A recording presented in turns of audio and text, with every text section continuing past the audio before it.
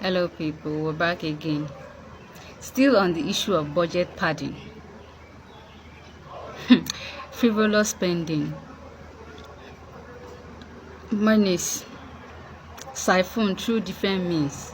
Imagine research institutes, cancer institutes, building palaces across the country. That's where we are at. That is where we are at. Mindless looting without mercy for the people. We are building palaces where children are still sitting on bare floors to learn. You are building palaces where there are no portable health care. There is no light, no road, no infrastructure, but you're building palaces. Well, let's see Arise TV crew, take a deep look into this situation.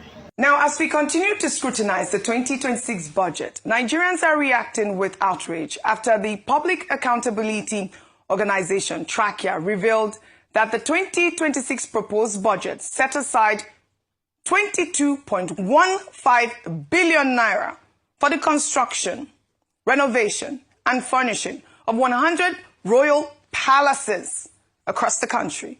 Among findings which were posted on their X page on Wednesday, 11 palace projects worth over 5 billion naira have no clear identified locations, including 1.54 billion naira earmarked for the modernizing and furnishing of some selected national heritage palaces in communities across Nigeria. The organization found that billions of naira meant for traditional palaces appeared to be routed through unrelated agencies, including the Nigerian Institute for Oceanography, the Cocoa Research Institute in Ibadan, the National National Cereal Institute, and even the National Institute for Cancer and Traditional Palaces. Cancer Palace. All right, and cereal.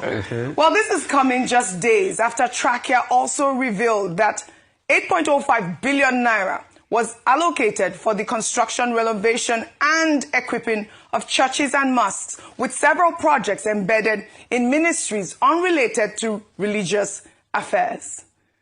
Meanwhile, this is as ICPC said it uncovered 908 ghost workers across at least 50 federal ministries, recovering nearly 1 billion naira in fraudulently paid salaries, with one particularly brazen suspect allegedly enrolling his wife, son, and mother-in-law as government workers while collecting the salaries of 12 other fictitious employees. Let me start with you, Rufai.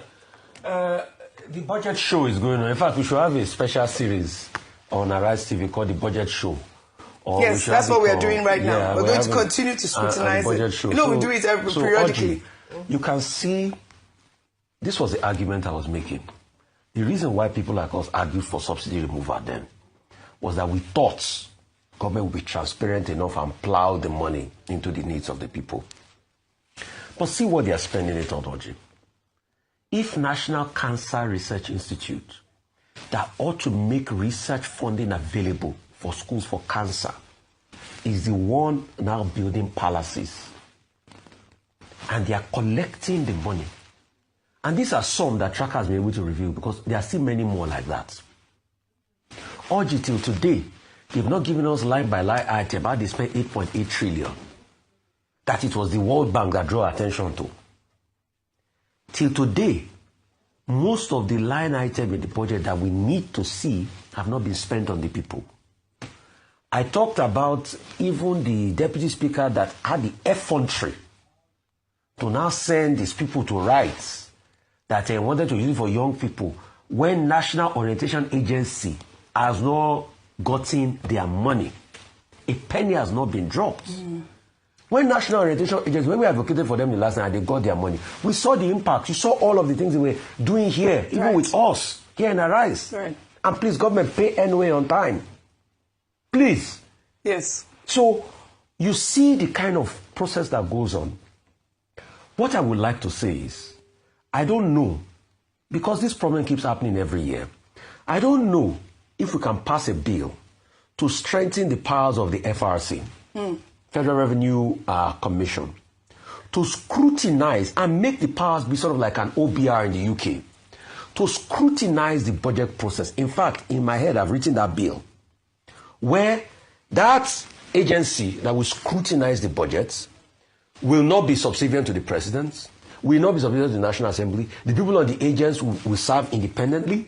All right. And all the budgets must be submitted to them to scrutinize for 45 days before the president now takes seats to the National Assembly to assent. And they should be given statutory power to raise red flags and to even be given prosecutorial powers to sue anybody that pads and put things in the budget. Yes, I mean, what is the job that's my of solution. The Presidential Advisory Committee? What is the job of the Presidential Advisory Committee? I thought that it's set up for things like that as well. Yes, the budget office is set up for things like that. Senate committee, but all of them, since they are in bed together and there's no oversight. Yes. We should be able to have an independent body that doesn't care about them. Because you see, there's something I call executive usurpation. Usurps all those bodies of accountability. We must have an accountability body for the budget. I think that should be the lasting solution. Independent. Right before the budget is submitted. It should be given prosecutorial powers that if you see anybody pad the budget. But let me just say something. But if I always that quote, culture will eat strategy for breakfast. As long as you can create 100 agencies. Because if we don't deal and repair the institutions that exist, why do we want to create another agency when we have the Senate? No, I'm not saying create another agency. But I'm saying, Dr. An independent Fiscal Revenue Commission. There is. RAMFAC. No. I think there's an FRC, a Revenue Commission that does the work of overseeing the budget, but it's being subsumed. It's being shut down. I'm saying let's empower that agency. Give it, even its money should come from first line charge. Make it very independent so that it can whistle blow on the budgeting ecosystem. See, Ayo, in 2007, 2008, the British government, it was seen that the British government made a lot of lies and errors in the estimation of their budgeting system. That was what led to part of the things they adduced for the stock market crash. In 2010, that's why they set up the OBR. All right.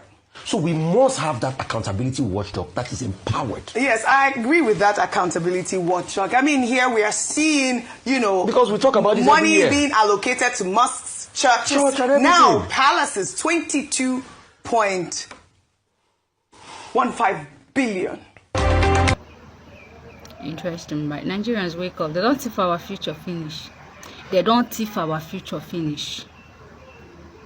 But we'll be here, acting like it doesn't concern us until these evil merchants, drown this country and drown all of us inside this country. Nigerians wake up. This whole thing, it's insane, it's absurd. Let's do something right. Come January 16, 2027. See you around. Peace.